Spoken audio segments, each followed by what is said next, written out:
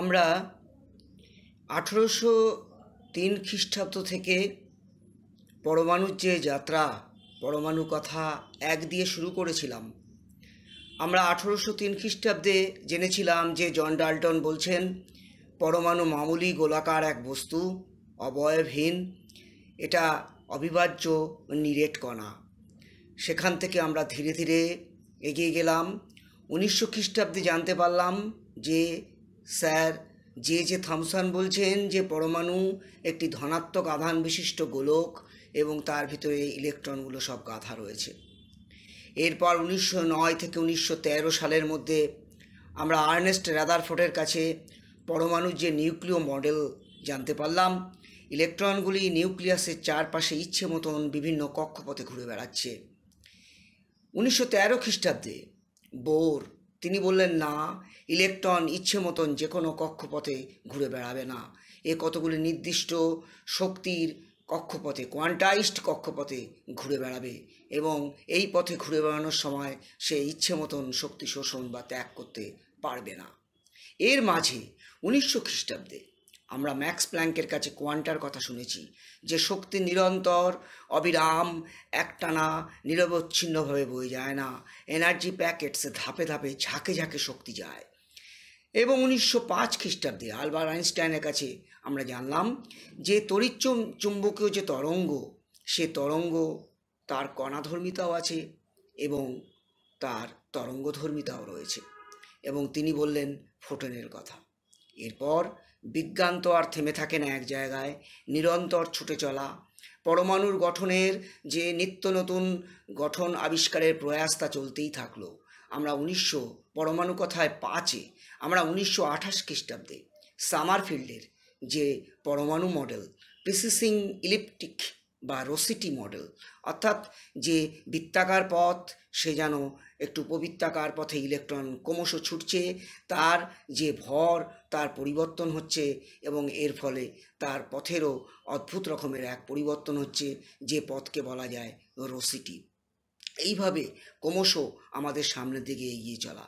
এবার আমরা পরমাণুর যে কোয়ান্টাম মেকানিক্যাল মডেল বা পরমাণুর যে ইলেকট্রন ক্লাউড মডেল, সেই মডেল নিয়ে আমরা আলোচনার দিকে ধীরে ধীরে এগোবো। তোমরা এর পরের আলোচনায় অংশগ্রহণ করো। বোরের পারমাণবিক মডেল, এমনকি সামারফিল্ডের রোসেটি মডেলও পরমাণুর কোনো যুক্তিপূর্ণ সাধারণ কোনো গঠনশৈলী দিতে পারল না, ব্যাখ্যা করতে পারল না পরমাণুর প্রকৃত গঠনচিত্র। 1924 খ্রিস্টাব্দে লুই ডে ব্রগলি তিনি কণার দ্বৈত সত্তা, অর্থাৎ কণাধর্মিতা এবং তরঙ্গধর্মিতা উভয় ধর্ম আছে এ কথা তিনি বললেন। অর্থাৎ ইলেকট্রন তার যেমন তরঙ্গধর্মিতা আছে, তার ভিতরে কণাধর্মিতাও আছে। একেই বলা হয় সেই ওয়েভ পার্টিকেল ডুয়ালিটি বা কণা তরঙ্গ দ্বৈতবাদ, এবং এটাই কোয়ান্টাম মেকানিক্স বা কণা বলবিদ্যার মধ্যবনী বা মধ্য তত্ত্ব, যাকে অবলম্বন করে সারা কণা বলবিদ্যা বেড়ে উঠেছে তাকে বলা যেতে পারে।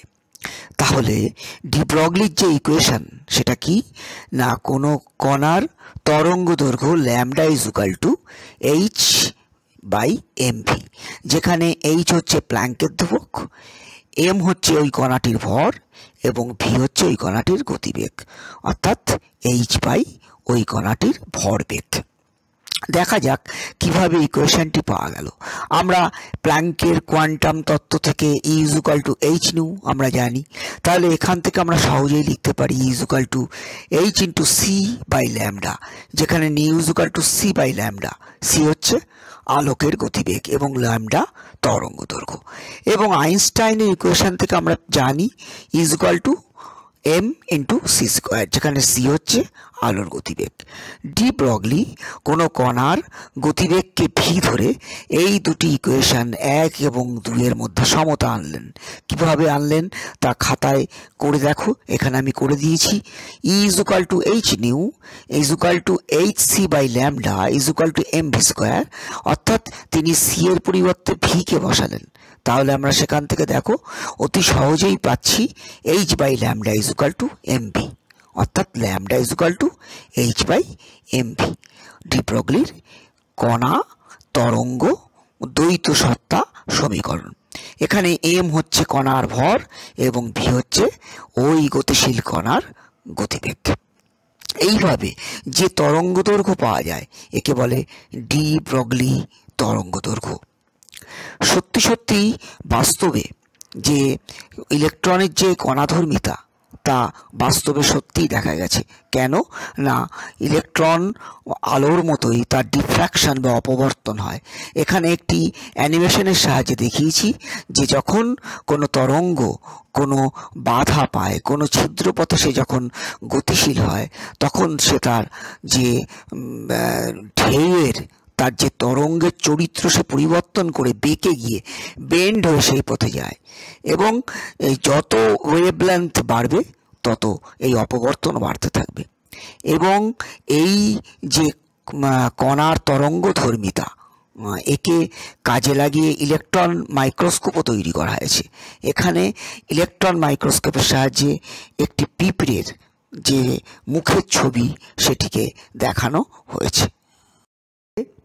হাইজেনবার্গ তিনি বললেন যে কোনো ক্ষুদ্রাতি ক্ষুদ্র বস্তুকণা অর্থাৎ মাইক্রোস্কোপিক কোনো বস্তুকণার গতিশীল অবস্থায় কোনো মাইক্রোস্কোপিক মুভিং পার্টিকেল তার নিশ্চিতভাবে অর্থাৎ কারেক্টলি তার প্রকৃত অবস্থান এবং তার মোমেন্টাম ভরবেগ স্বভাবতই তার ভেলোসিটি সঠিকভাবে নির্ণয় করা খুবই কঠিন।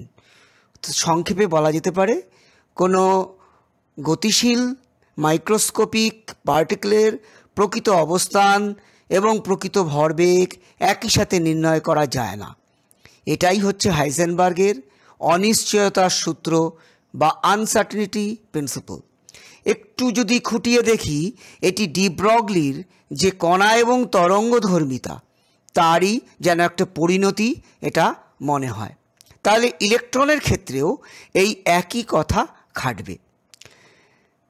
হাইজেনবার্গ তিনি গাণিতিক যে রূপটি এই অনিশ্চয়তা সূত্রে দিয়েছিলেন সেটা হচ্ছে delta x into delta p x greater than equal to h by 4 pi, যেখানে ডেল্টা এক্স হচ্ছে ওই ইলেকট্রনের যে অবস্থান তার অনিশ্চয়তা, অর্থাৎ x final minus x initial, প্রকৃত অবস্থান এবং অন্তিম অবস্থানের মধ্যে যে ব্যবধান বা ডিফারেন্স। আর একই রকমভাবে ডেল্টা পি এক্স হচ্ছে ওই কণার ধরি ইলেকট্রনের তার গতিবেগ বা ভরবেগের যে অনিশ্চয়তা। এখন আমরা এই সমীকরণ থেকে দেখতে পাচ্ছি যে এইচ বাই 4 পাইয়ের মানকে যদি ঠিক রাখতে হয়, ধ্রুবক রাখতে হয়, তাহলে এখন যদি ডেল্টা এক্সের মান খুব ছোট হয়, অর্থাৎ ইলেকট্রনের যদি প্রকৃত অবস্থান জানা যায়, যদি সার্টেনিটি থাকে ইলেকট্রনের অবস্থান নির্ণয়ের ক্ষেত্রে, তাহলে ডেল্টা পি এক্স কী হবে? এইচ বাই 4 পাইকে ঠিক রাখবার জন্য এর মান নিশ্চয়ই অনেক বড় হয়ে যাবে, অর্থাৎ ডেল্টা ভি অর্থাৎ তার গতিবেগের যে অনিশ্চয়তা তার মানটা অনেক বড় হবে।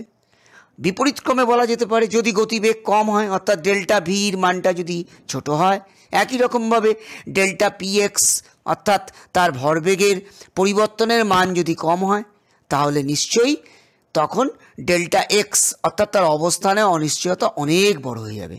অর্থাৎ দেখতে পাচ্ছি যে আমরা কোনো মাইক্রোস্কোপিক পার্টিকেলের বস্তুতপক্ষে তার প্রকৃত অবস্থান এবং ভরবেগ নির্ণয় করতে পারছি না। এখন ধরা যাক আমরা কোনো একটি ইলেকট্রনের সত্যি সত্যি অবস্থান এবং ভরবেগ নির্ণয় করতে চাই, তাহলে আমাকে কি করতে হবে? ইলেকট্রনের যে অবস্থান সেটা পিন পয়েন্ট পজিশন আমাকে জানতে হবে। আমরা কি করব? ইলেকট্রনটাকে কোনো আলোক শক্তি দিয়ে ইলুমিনেট করব এবং যে ফোটন দিয়ে আমি ইলেকট্রনটাকে ইলুমিনেট করছি, উজ্জ্বল করছি, সে যে আলো প্রতিফলিত করবে তাকে আমরা মাইক্রোস্কোপে দেখব এবং ইলেকট্রনের অবস্থান জানতে পারবো। এখন আমরা জানি যে ইলেকট্রনের আধান হচ্ছে পয়েন্ট চার্জ এবং এটি প্রায় মাত্রাহীন, ডাইমেনশনলেস। তাহলে আমাকে এমন কোনো আলোক শক্তি বা তড়িৎচুম্বকীয় তরঙ্গ ব্যবহার করতে হবে যার তরঙ্গ দৈর্ঘ্য ওই ইলেকট্রনের ডাইমেনশনের থেকে কম। তাহলে আমরা বলতে পারি যে ইলেকট্রনের প্রকৃত অবস্থানের যে অনিশ্চয়তা, সেটা আসলে আমরা যে আলোক তরঙ্গ ব্যবহার করব তার ল্যামডার অনিশ্চয়তা। দ্য আনসার্টেনিটি ইন পজিশন হচ্ছে প্লাস মাইনাস ল্যামডা। যদি ল্যামডা খুব ছোট হয়, ধরা যাক একটা খুব ছোট তরঙ্গ দৈর্ঘ্যের আলো ব্যবহার করলাম, তাহলে আমরা যে আলো নিচ্ছি তার ফ্রিকোয়েন্সি কম্পাঙ্ক অত্যন্ত বেশি হয়ে যাবে। কেন আমরা জানি nu is equal to c by lambda, তাহলে ল্যামডা ছোট হলে নিউ বেড়ে যাবে। আবার আমরা জানি শক্তি is equal to h nu, অর্থাৎ সেই আলোকের বা তড়িৎচুম্বকীয় তরঙ্গের শক্তি তাহলে অনেক বেশি। তাহলে অনেক বেশি শক্তির যে আলো, সে নিশ্চয়ই ইলেকট্রনকে অনেক বেশি জোরে ধাক্কা মারবে, অনেক বেশি শক্তি দিয়ে ইলেকট্রনকে আঘাত করবে। তাহলে ইলেকট্রন কি করবে, তার গতিবেগ এবং তার যে দিক পরিবর্তন দুটোই অনেক বেশি হবে, অর্থাৎ ইলেকট্রনের প্রকৃত অবস্থানও জানা যাবে না, ইলেকট্রনের প্রকৃত ভরবেগও মাপা যাবে না। কিন্তু এই তত্ত্ব কোনো ম্যাক্রোস্কোপিক মুভিং পার্টিকল অর্থাৎ বড় কোনো গতিশীল বস্তুর ক্ষেত্রে কিন্তু কার্যকরী নয়। অর্থাৎ হাইজেনবার্গ আনসার্টেনিটি প্রিন্সিপল কেবলমাত্র মাইক্রোস্কোপিক সিস্টেমের ক্ষেত্রেই কার্যকরী। এবারে তোমরা খাতা এবং পেন নাও, আরও একটি ক্যালকুলেশন করব আমরা হাইজেনবার্গের যে uncertainty principle delta x into delta v is equal to h by 4πm, এখানে ডেল্টা পি এক্স যেটা ছিল আমি সেটাকে ডেল্টা ভি করেছি, কেন মাস তো ইলেকট্রনে আমি ধরে নিচ্ছি কোনো পরিবর্তন হচ্ছে না, তাহলে সেটাকে আমি পরিবর্তন করে নিয়েছি, অর্থাৎ p is equal to m v, এমটাকে নিয়ে এসেছি যেহেতু ডেল্টা এম নেই, তাহলে এইচ বাই 4πm। এইখানে সমস্ত মানগুলো বসাও। ফোটনের মান 6.626 ইন্টু 10⁻34 জুল সেকেন্ড এবং ইলেকট্রনের ভর 9.11 ইন্টু 10⁻31 কিলোগ্রাম বসাও। বসিয়ে কী পাচ্ছ, delta x into delta v is equal to 10⁻4 metre square per second. এবার আমরা যদি ইলেকট্রনকে খুব ছোট অবস্থানের মধ্যে ডেফিনেটলি জানতে চাই, উইথ সার্টেনিটি, আমি সে মানটা ধরে নিচ্ছি 10⁻8 মিটার, অর্থাৎ delta x is equal to 10⁻8 metre. মানটা বসাও, এখানে বসিয়ে ভাগ করো, তাহলে ডেল্টা ভি কী পাচ্ছ, তার গতিবেগের অনিশ্চয়তা কত পাচ্ছ, 10⁻4 মিটার পার সেকেন্ডস, যেটা বোর অরবিটে ইলেকট্রনের গতিবেগের সঙ্গে মিলছেই না, তাই তো? অর্থাৎ তাহলে আমরা এখানে বলতে পারি বোর যে বলেছিলেন যে কোনো স্থির কক্ষপথে কোনো ইলেকট্রন নির্দিষ্ট শক্তি নিয়ে নির্দিষ্ট স্থানে সে গতিশীল, অর্থাৎ ইলেকট্রনের প্রকৃত অবস্থানের কথা যেন তিনি বলেছিলেন, সেটা সত্যি না। অর্থাৎ আমাদের তাহলে এখানে একটা অন্য কথা কি বলতে হচ্ছে, the probability of finding an electron in a zone is maximum.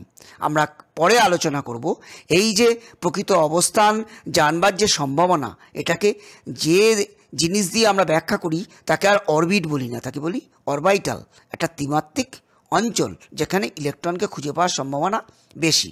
এবং এটাই যে অ্যাটমের কোয়ান্টাম মেকানিক্যাল যে মডেল, অর্থাৎ কণা গতিবিদ্যার সাহায্যে যে গঠন শৈলী, তার প্রকৃত কথা বা এসেন্স বলা চলে।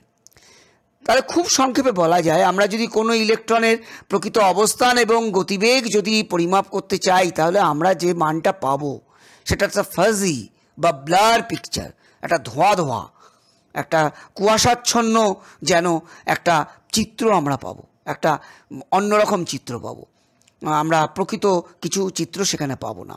তাই ইলেকট্রনের খুঁজে পাওয়ার যে সম্ভাবনা, তাকে প্রবাবিলিটি ডেন্সিটি বলছি, তার যদি কোনো একটা আমরা প্লট করি, গ্রাফিক্যাল রিপ্রেজেন্টেশন করি, তাহলে কোনো একটা ইলেকট্রনকে নিউক্লিয়াসের চারপাশে খুঁজে পাওয়ার জন্য আমরা যে চিত্র পাবো সেটা এই রকম চিত্র পাবো। এটাই quantum mechanical model of atom, এর অপর নাম ইলেকট্রন ক্লাউড মডেল। কেন না, ইলেকট্রনগুলি যেন নিউক্লিয়াসের চারপাশে মেঘের মতন একটা বিস্তীর্ণ অঞ্চলে রয়েছে, একটা ত্রিমাত্রিক অঞ্চল যাকে আমরা বলছি অরবিটালস। এই দেখো যে এখানে দেখিয়েছি যে দ্বিমাত্রিক যে পথ অরবিট, কোনো নির্দিষ্ট পথে ইলেকট্রন নির্দিষ্ট অবস্থানে নেই, অর্থাৎ ইলেকট্রনকে খুঁজে পাওয়ার সম্ভাবনা ইলেকট্রন ক্লাউডের মধ্যে একটি ত্রিমাত্রিক অঞ্চলে, ইলেকট্রন কোনো দ্বিমাত্রিক পথে নেই, একটি ত্রিমাত্রিক অঞ্চলে রয়েছে। এটাই হচ্ছে electron cloud model of atom বা quantum mechanical model of atom. শেষ হলো পরমাণু কথা 6। অল্প কিছুদিনের মধ্যেই পরমাণু কথা 7 নিয়ে আসছি। তোমরা সবাই সুস্থ থেকো, ভালো থেকো। Good bye.